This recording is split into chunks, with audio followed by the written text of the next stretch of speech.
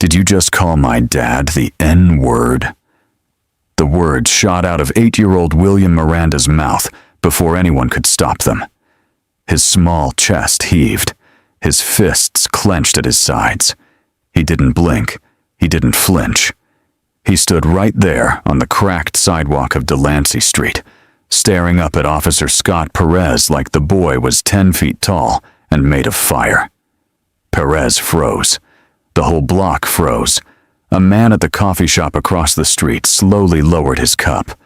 A woman walking her dog stopped mid-step. The USPS worker who'd been sorting mail at the blue postal box turned around. Even the pigeons seemed to go still. Nobody moved.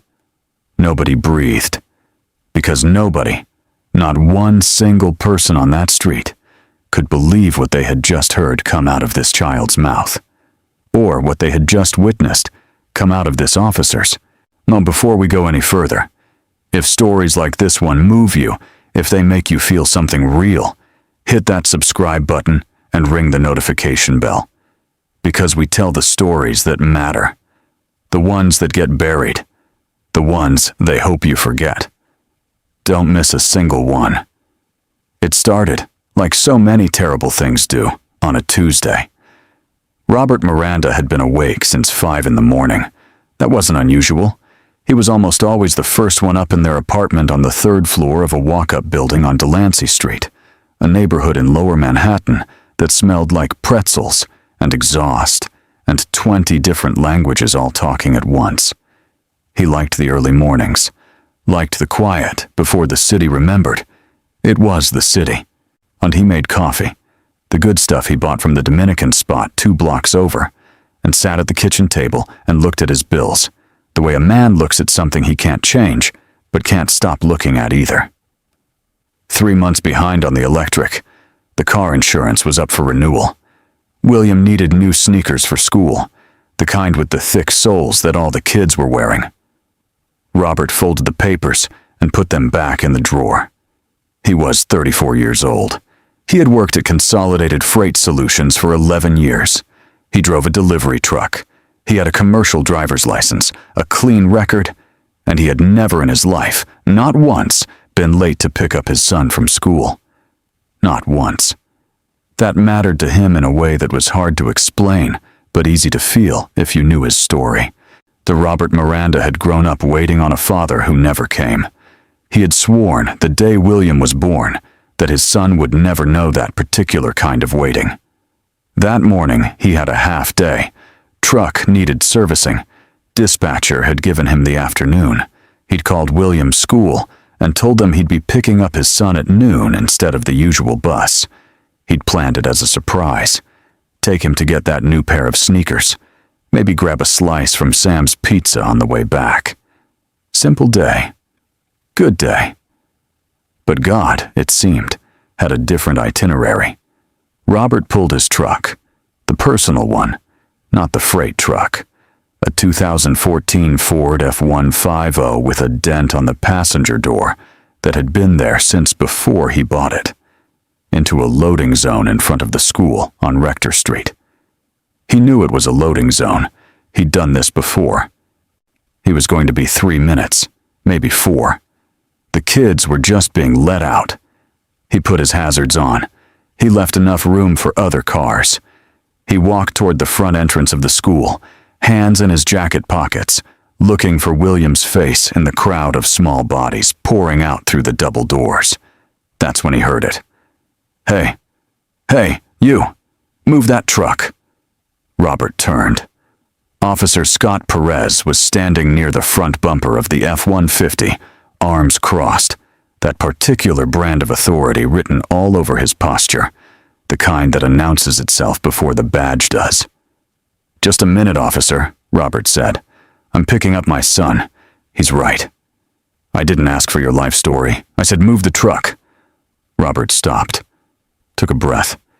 He was a man who'd learned, through years of being exactly who he was in exactly this kind of city, to take breaths in moments like this, to count to 3 inside his head, to not let what he felt in his chest travel up to his face.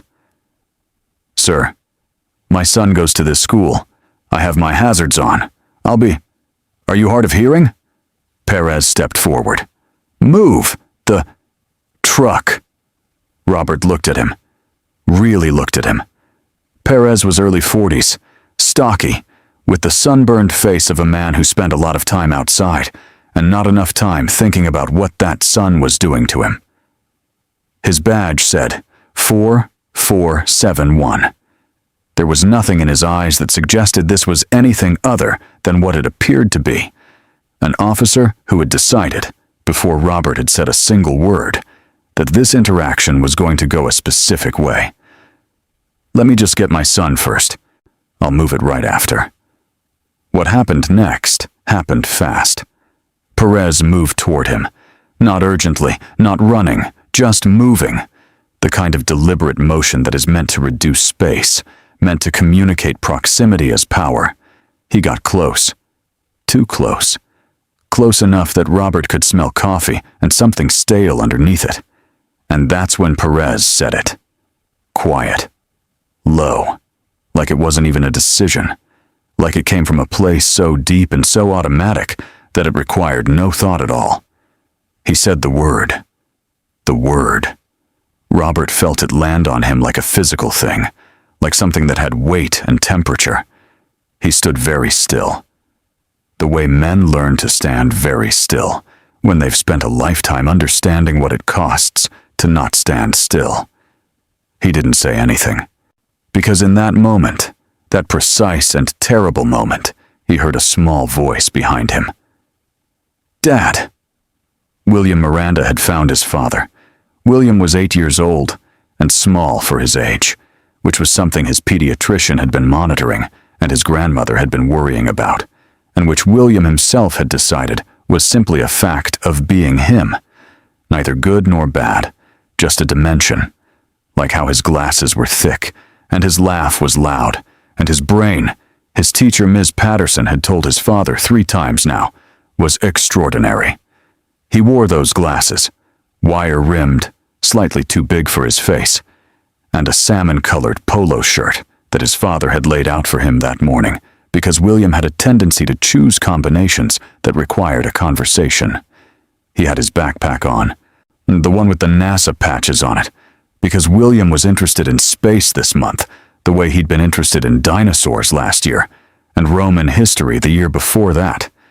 He came through the school doors at a run, the way he always did, because William Miranda operated at approximately 1 speed. Fast. He spotted his father immediately. Tall, familiar, broad-shouldered, the most recognizable shape in any crowd, as far as William was concerned. But his father wasn't moving toward him. His father was standing still. Very, very still. And there was a police officer in front of him. William slowed down. Something in his 8-year-old chest understood that this was a different kind of moment, before his mind caught up to explain why. He got close enough to hear. He heard the word. He stopped walking. He would tell his grandmother later that his brain had gone very quiet in that moment. And not the good kind of quiet. Not the kind like before you fall asleep. But the kind like when the TV goes off and the whole room changes. A silence that has something wrong inside it. He looked at the back of his father's head. He looked at the officer's face. He saw something in that face that he didn't have words for yet, but recognized the flat, bored, entitled certainty that the word had been earned, had been appropriate, had cost nothing. He called out to his father, and his father turned, and the look on his father's face, the pain folded under the stillness, the careful blankness that was not blankness at all but armor, cracked something open in William's chest. He had seen that look before. He'd seen it on the faces of the men in his family during a conversation he'd half heard between his father and uncle on Thanksgiving. He'd seen it in the old photographs his grandmother kept in a shoebox under her bed. He'd seen it in the eyes of a black man on the subway once, when a group of teenagers had said something William had almost not caught. He knew what that look was. It was the look of a person absorbing something they did not deserve, because they had learned that the cost of reaction might be greater than the cost of the wound. And something in William Miranda, something 8 years old and furious and not yet old enough to have learned the calculus of silence, refused to let that stand. He walked forward, past his father, right up to Officer Scott Perez, and he looked up at this man, this large, uniformed, badge-wearing man, and he said, the thing that stopped the world. "Did you just call my dad the N-word?" The silence that followed was not peaceful. It was the silence of a held breath, the silence before a judgment, and every single person on that block, every parent picking up a child, every teacher walking to their car, every stranger passing through, heard it. Maria Chen had been standing near the school entrance when it happened. She was a third-grade teacher, had been for 17 years, and she had developed over those years the kind of perimeter awareness that came from managing rooms full of children, a constant, peripheral attentiveness that meant she almost never missed anything. She heard what the officer said to Robert Miranda. She had taken a step forward when she heard it, then stopped, and the way people sometimes stop when they've witnessed something so outside the normal boundaries of their experience that they require a moment to process whether it was real. It was real. When William stepped forward and asked his question, Maria was already reaching for her phone, not to film, though she would do that too, a few seconds later, once she remembered the phone existed, but with the instinctive motion of someone who understands that what they are watching needs to be witnessed, needs to be documented, needs to be remembered precisely as it happened, not as anyone will later claim it happened. Darnell Washington had been at the coffee shop across the street. He was 41, an electrician, had been having his lunch break, a coffee and a turkey sandwich, at the little outdoor table by the window. He would later tell a reporter that he had put down his coffee and thought, very clearly and without drama, "This child just said what all of us were too afraid to say." He stood up. He crossed the street. He didn't know why exactly. He said later that it was the kind of decision that happens in the body before it happens in the mind, that he simply found himself moving toward the boy, and the officer, and the man with the careful face, because the world seemed to require a witness, and he happened to be available to be one. Patricia Nguyen was the woman with the dog, a small beige thing named Biscuit, who was oblivious to human drama and very focused on a candy wrapper near the curb. Now, Patricia was a 62-year-old retired nurse who had raised 3 children in this neighborhood and had seen enough of this city's complicated relationship with itself to know when a thing was significant. She too took out her phone.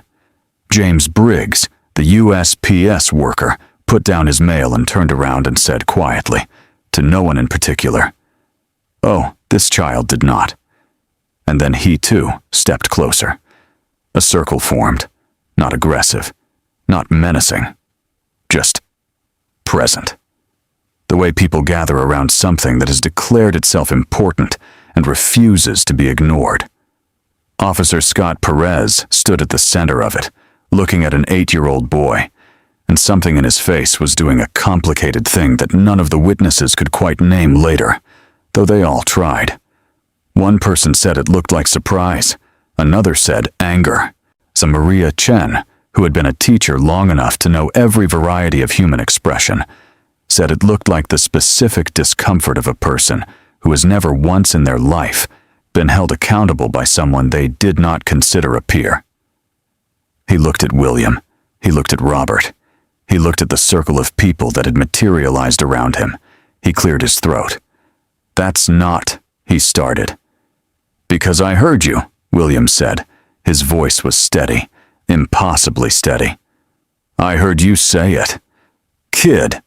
"His name," Robert Miranda said, and his voice was quiet, but it filled the entire street, "is William." Robert Miranda had grown up in the Bronx, in a neighborhood called Mott Haven, in a building that smelled like pine cleaner and other people's cooking, and the specific weight of lives being lived in close proximity. His mother, Gloria, for worked 2 jobs.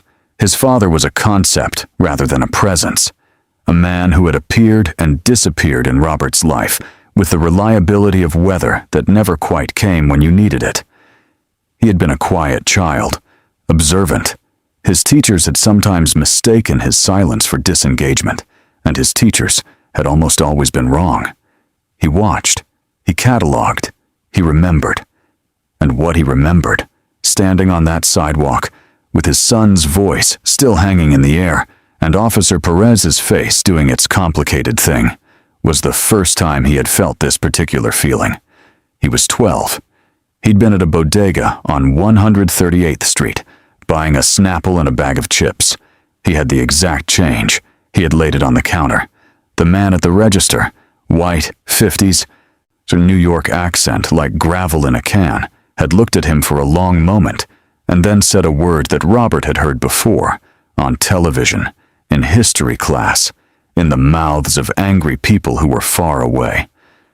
But he had never heard it aimed at him, never heard it used as a weapon pointed at his specific chest. He had stood there, 12 years old, holding his Snapple, and he had done exactly what he did now at 34. He had gone very still.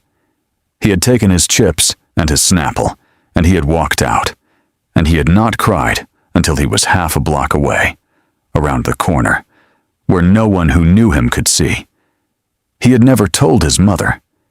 He had told himself, at 12, and again, at 17, and again, at 23, and again, at 30.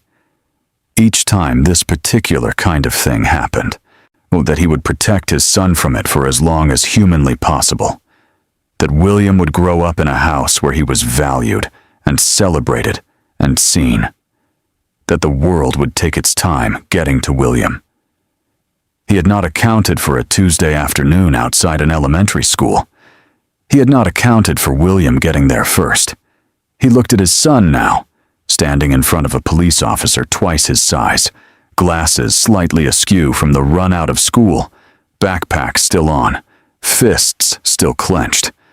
And he felt something so enormous and so complicated that it took up all the space in his chest and left no room for breath.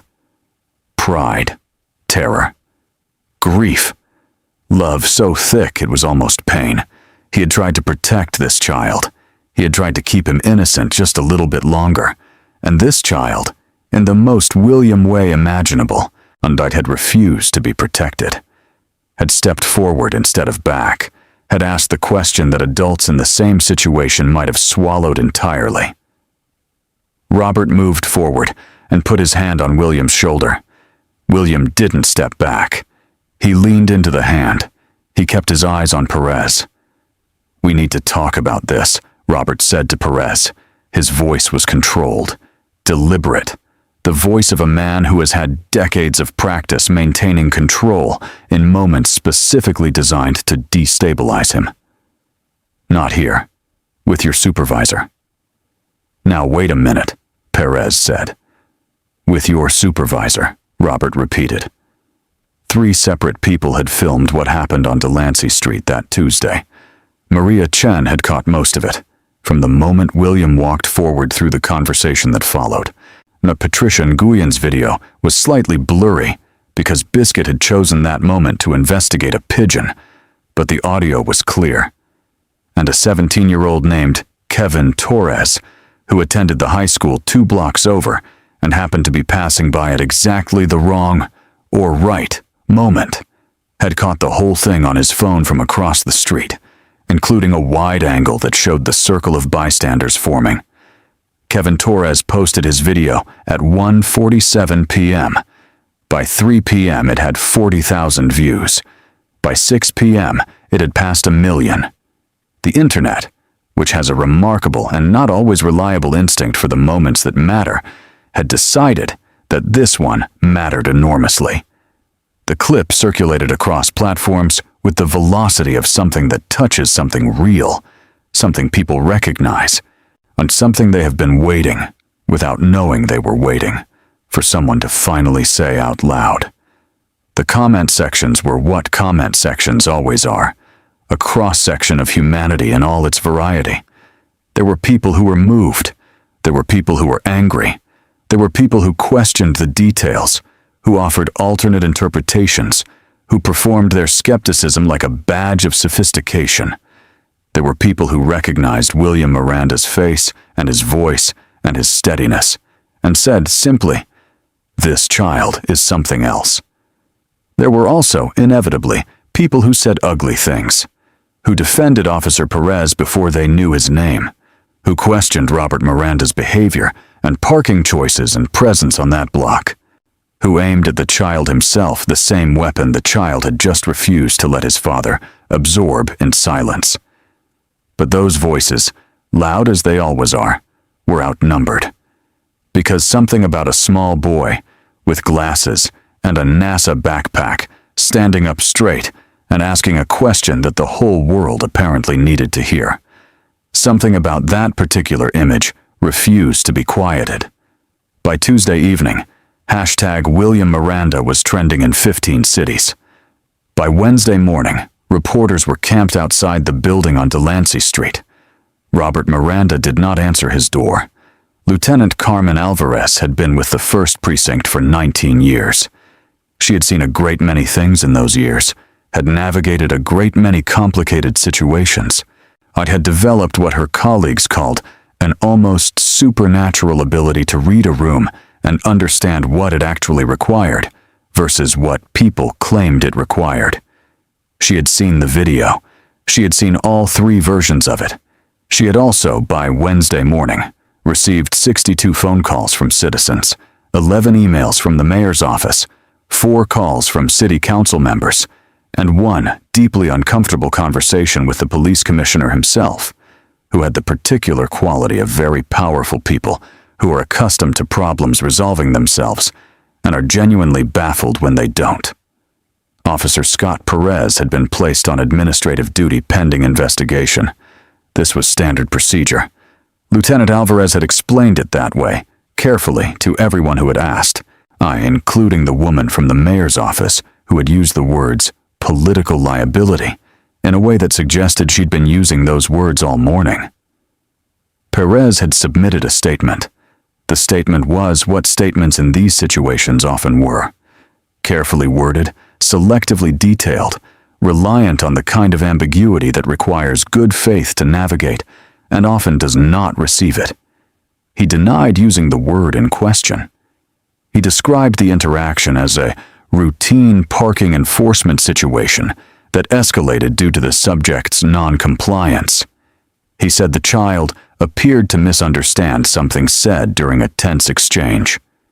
Alvarez read this statement 3 times. She thought about the 3 videos she had watched, about the audio that, even through the ambient noise of a New York City afternoon, was unmistakable, about the look on an 8-year-old's face that was not a look of misunderstanding. That was a look of absolute, terrible clarity. She called Robert Miranda's number.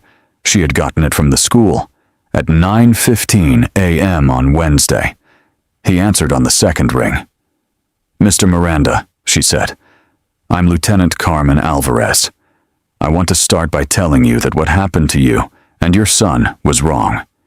And I want to talk to you directly about how we're going to address it." There was a pause. "I've heard that before," Robert said, "from people in your position." "I know," she said. "I know you have. I'd like to give you a reason to believe it this time. Can I come to you? Or you can come here, whichever makes you more comfortable." Another pause. Longer. "I'll come to you," Robert said. "I'll bring my son," Alvarez said. "Please do."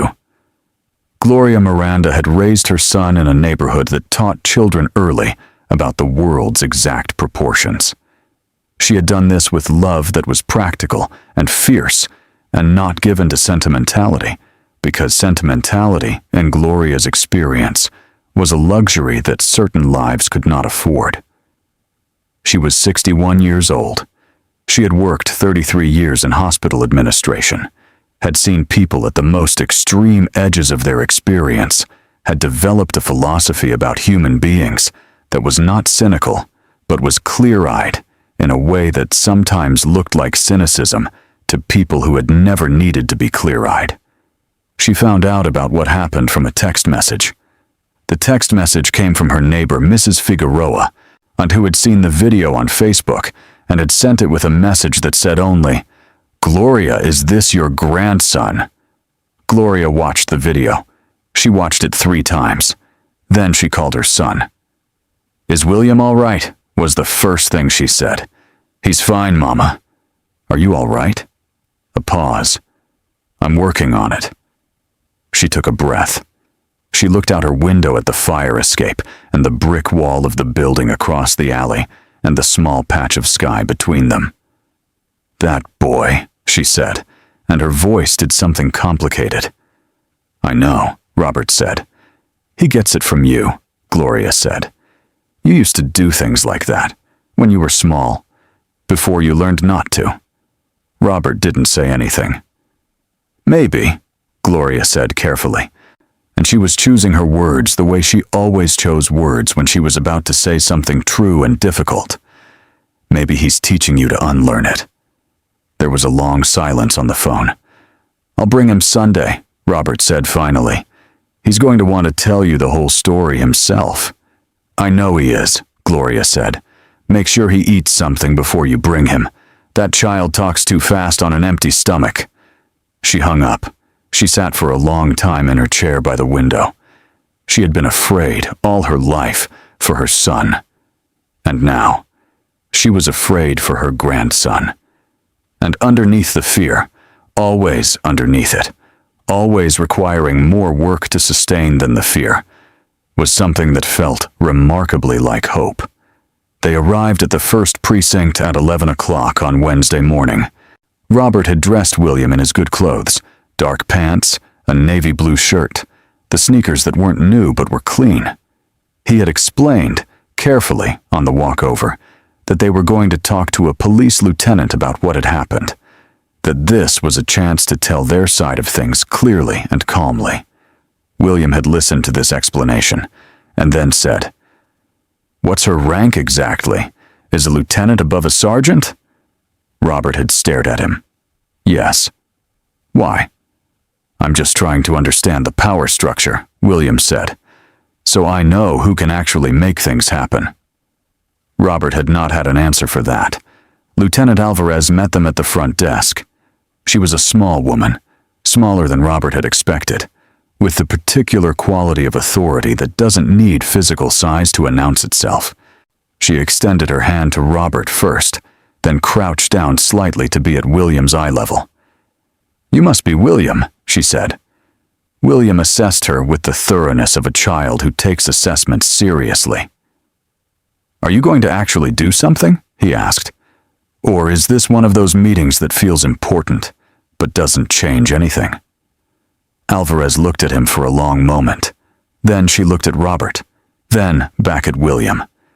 "I'm going to try my best to make it the first thing," she said, "and I need you to hold me to that. Can you do that?" William considered this. "Yes," he said. "I can do that." They sat in a conference room.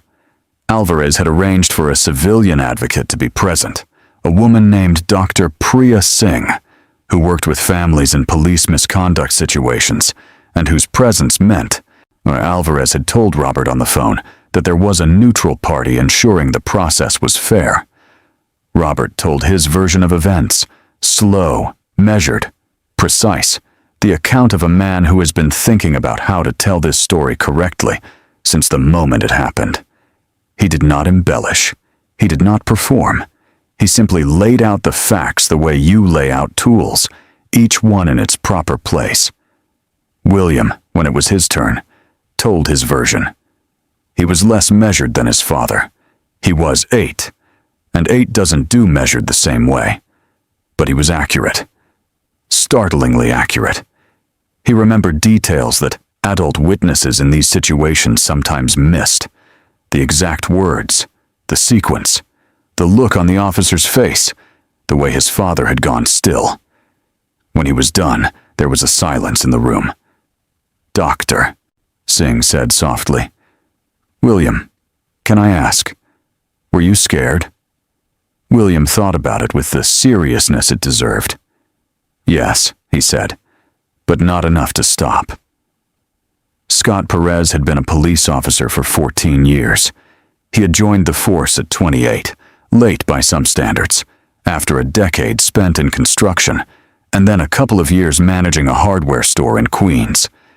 He had joined because his older brother was on the force, and because the pension was good, and because, if he was being honest, which he almost never was about this, even with himself, he liked the feeling of having authority in a world where he had not always felt that he had any.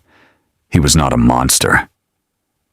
This is important to say, not because it excuses anything, but because monsters are rare, and the thing that is common, the thing that does the damage that is done every day in every city in this country, is not monstrous. It is ordinary.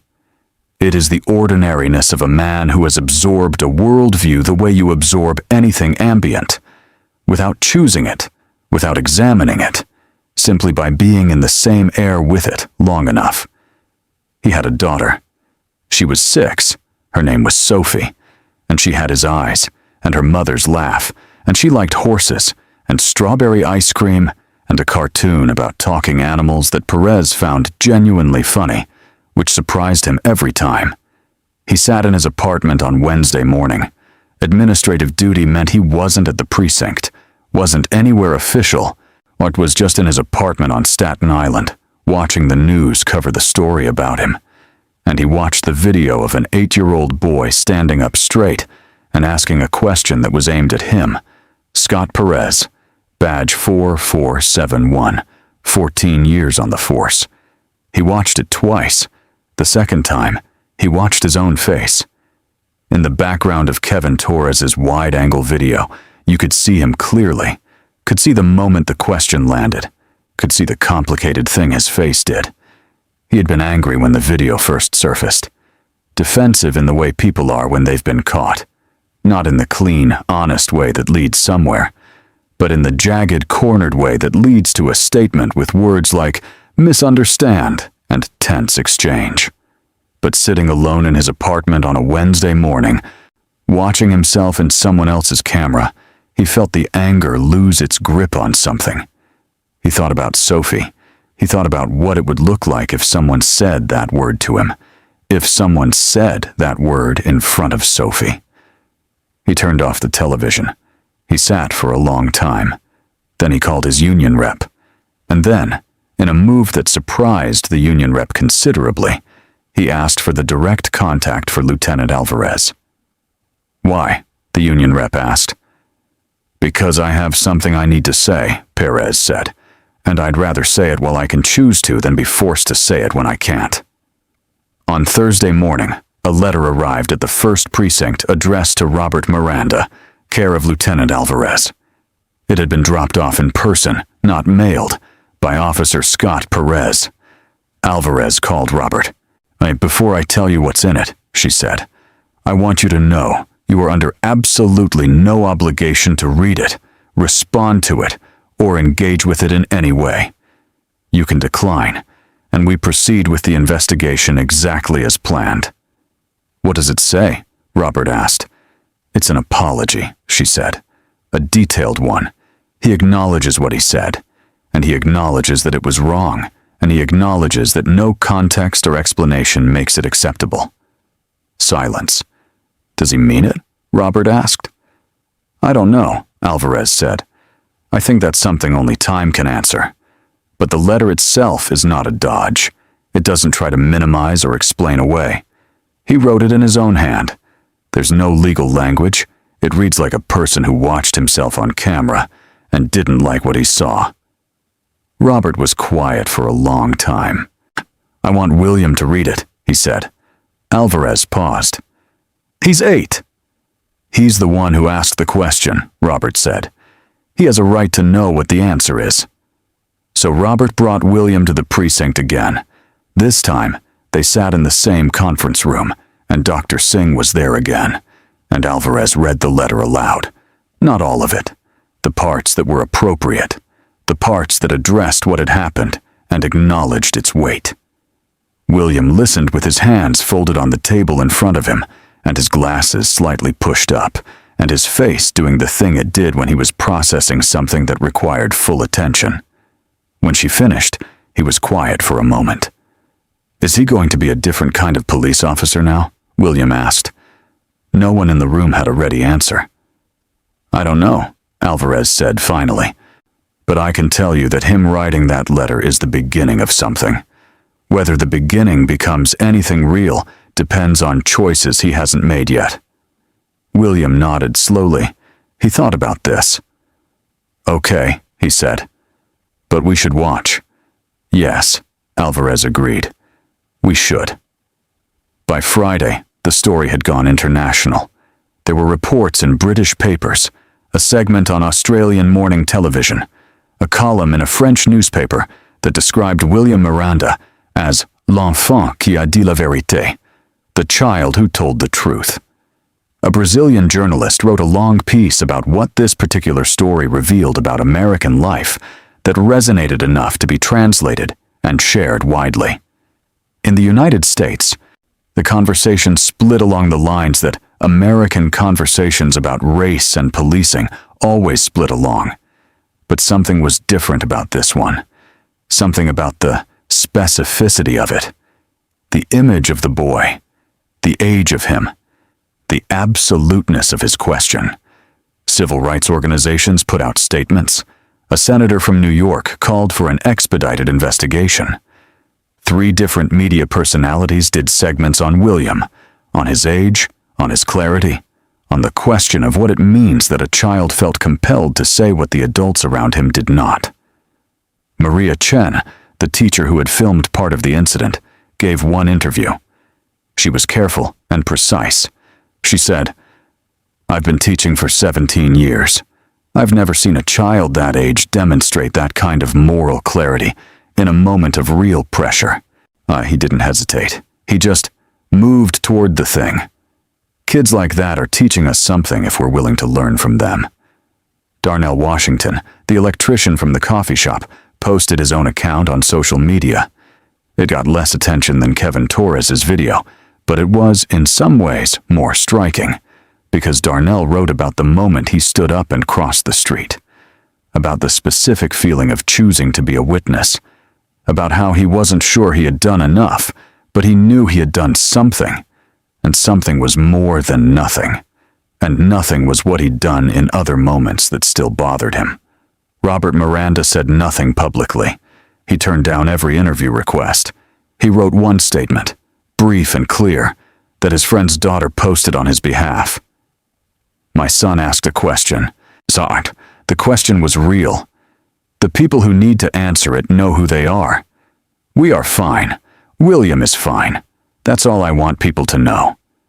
William, who did not have social media because he was 8, and Robert was thoughtful about these things, knew that people were talking about him.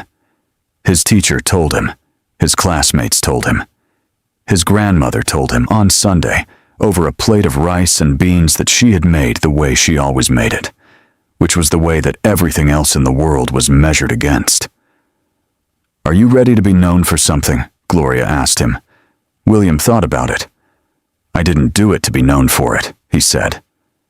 "I know," his grandmother said. "That's exactly why you are." The Office of the Inspector General opened a formal investigation into Officer Scott Perez on Friday, 3 days after the incident. This was faster than such investigations typically moved, a fact that several civil rights attorneys noted publicly, drawing different conclusions from it. The investigation would take several months.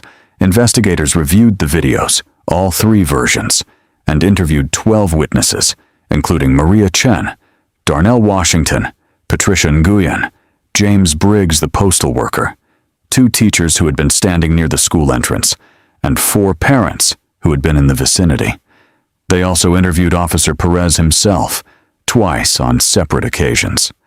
The second interview was notably different from the first. They interviewed Robert Miranda. They did not interview William. Dr. Singh had been clear on this point, and Lieutenant Alvarez had backed her up.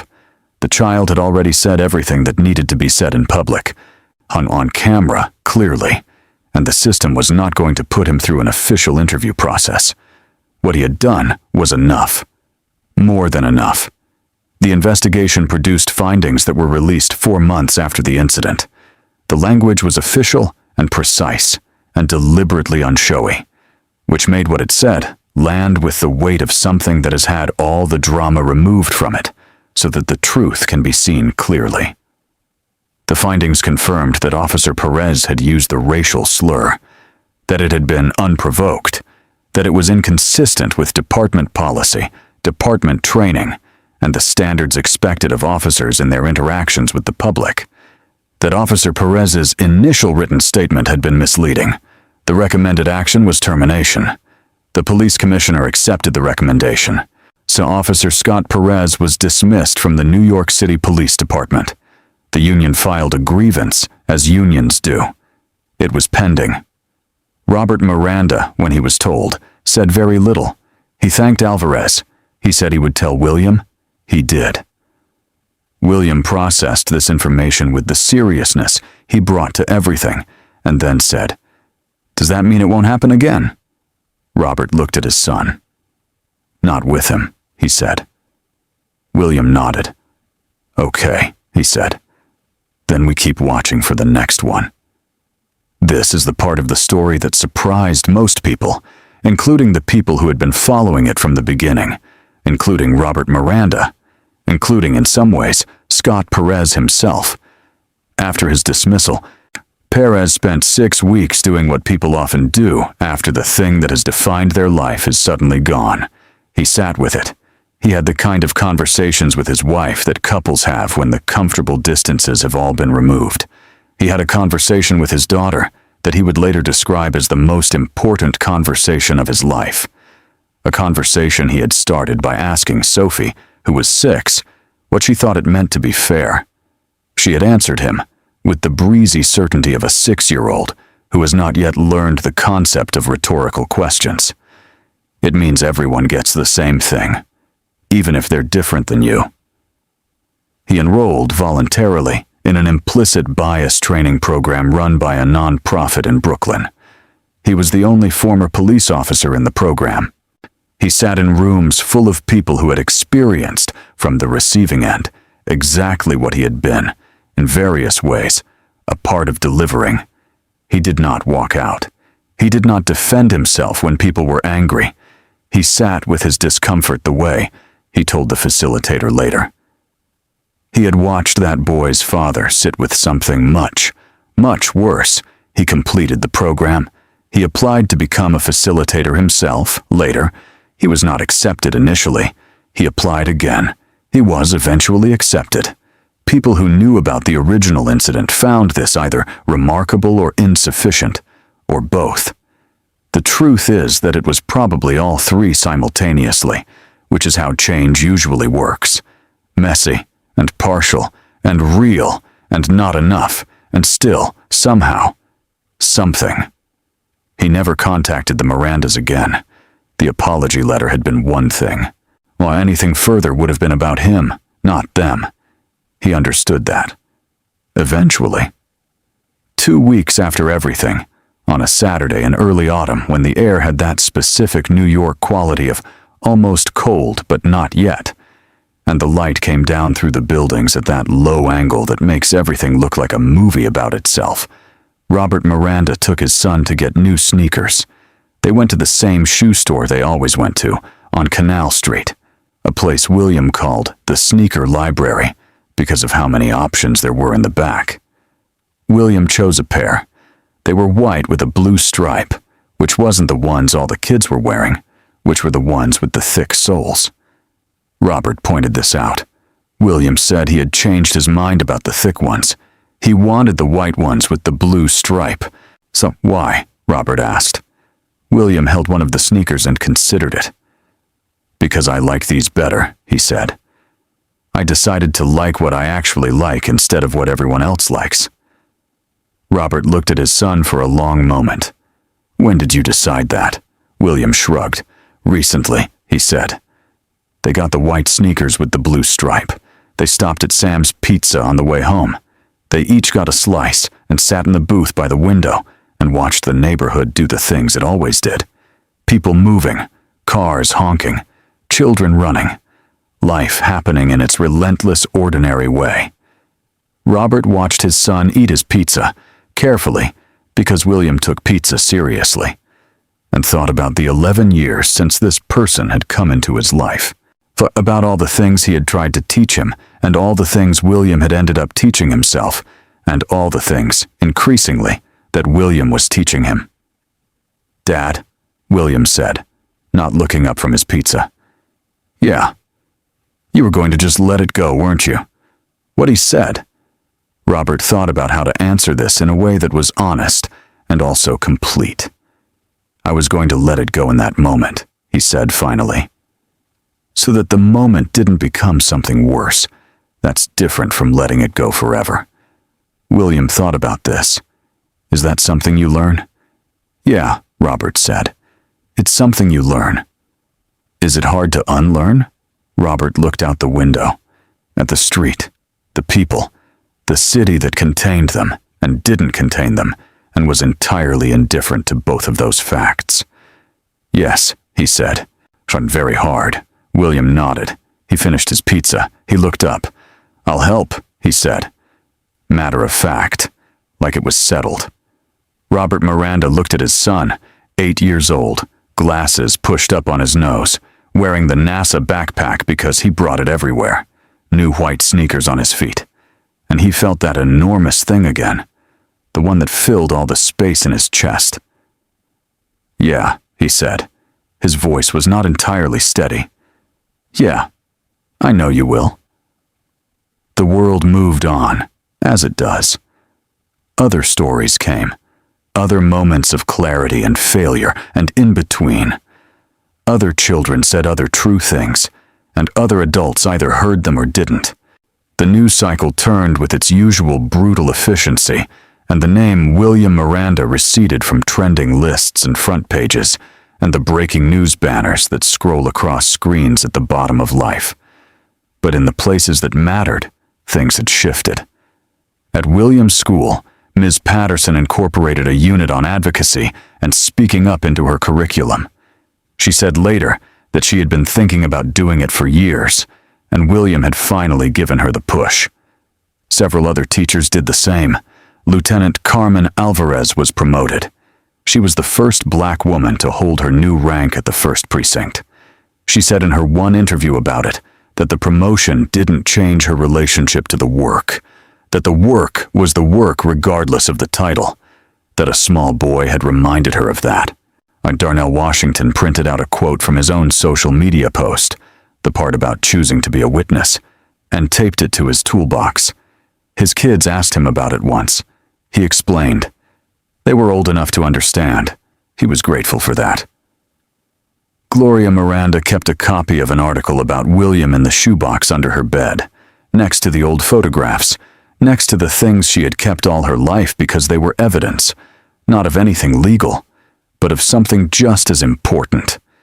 Evidence of survival, of love, of generations doing the work of maintaining their dignity in a world that requires them to spend too much energy on it.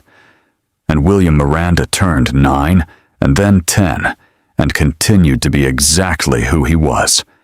Fast-moving, curious, loud laughing, precise, occasionally exasperating, and stubbornly incapable of letting wrong things stand without at least asking a question about them. He started a club at school. It was called the Question Club. The premise was simple. You brought something you had seen or heard or experienced that seemed wrong or confusing or unfair, and the group talked about it, asked questions about it, tried to understand it. It had 11 members by the end of the school year. His father drove them all to the public library for their monthly meeting. He sat in the car outside and waited, which is what parents do. Wait outside the doors of the places where their children are becoming themselves. He listened to the radio. He drank his coffee from the Dominican spot. He looked at the bills he still had, the insurance still overdue, the life still requiring more than it gave on most days. And then the library doors opened, and 11 children came spilling out, loud and immediate, and full of whatever they'd been talking about. And William spotted his father's truck and ran toward it the way he always ran. Full speed, like stillness was something that happened to other people. He got in the truck, backpack first. "How'd it go?" Robert asked. "Good," William said. "We talked about what to do when someone does something wrong, and everyone sees it, but no one says anything." "What did you decide?" William buckled his seatbelt. He thought about this with the appropriate seriousness. "We decided," he said, "that someone has to go first. And it's easier if you've seen someone do it before. So the job is to be the person other people have seen do it, so they know it's possible." Robert started the truck. He didn't say anything for a moment. Then he said, "That's right." "I know," William said. He looked out the window at the city going by. "I learned it from watching you." Robert drove. The city moved around them, enormous and indifferent, and full of people doing the thing people are always doing, trying to live rightly in a world that makes it complicated. He thought about a Tuesday afternoon, about a word, about the specific way the world had stopped for a moment on a sidewalk in Lower Manhattan because an 8-year-old boy had refused to let something stand. He thought about his mother's voice on the phone. "Maybe he's teaching you to unlearn it." "William," he said. "Yeah?" "Thank you." William looked at him, pushed his glasses up, the way he always did. "For what?" Robert kept his eyes on the road, kept driving. "And for going first," he said. William was quiet for a moment. Then, because he was William, and William was not a person who let meaningful moments pass without acknowledging them, and also was not a person who let acknowledgement become more important than what came next, he said, "You're welcome. Can we get ice cream on the way home?" Robert laughed, real and full, the kind of laugh that surprises you. "Yeah," he said, "we can get ice cream." They drove. The city held them. And somewhere behind them, a question hung in the air of Delancey Street, not unanswered, not yet, not entirely, but asked. Finally, loudly, clearly, by someone who understood that the asking was already a kind of answer. Some questions change things just by being said. This one did.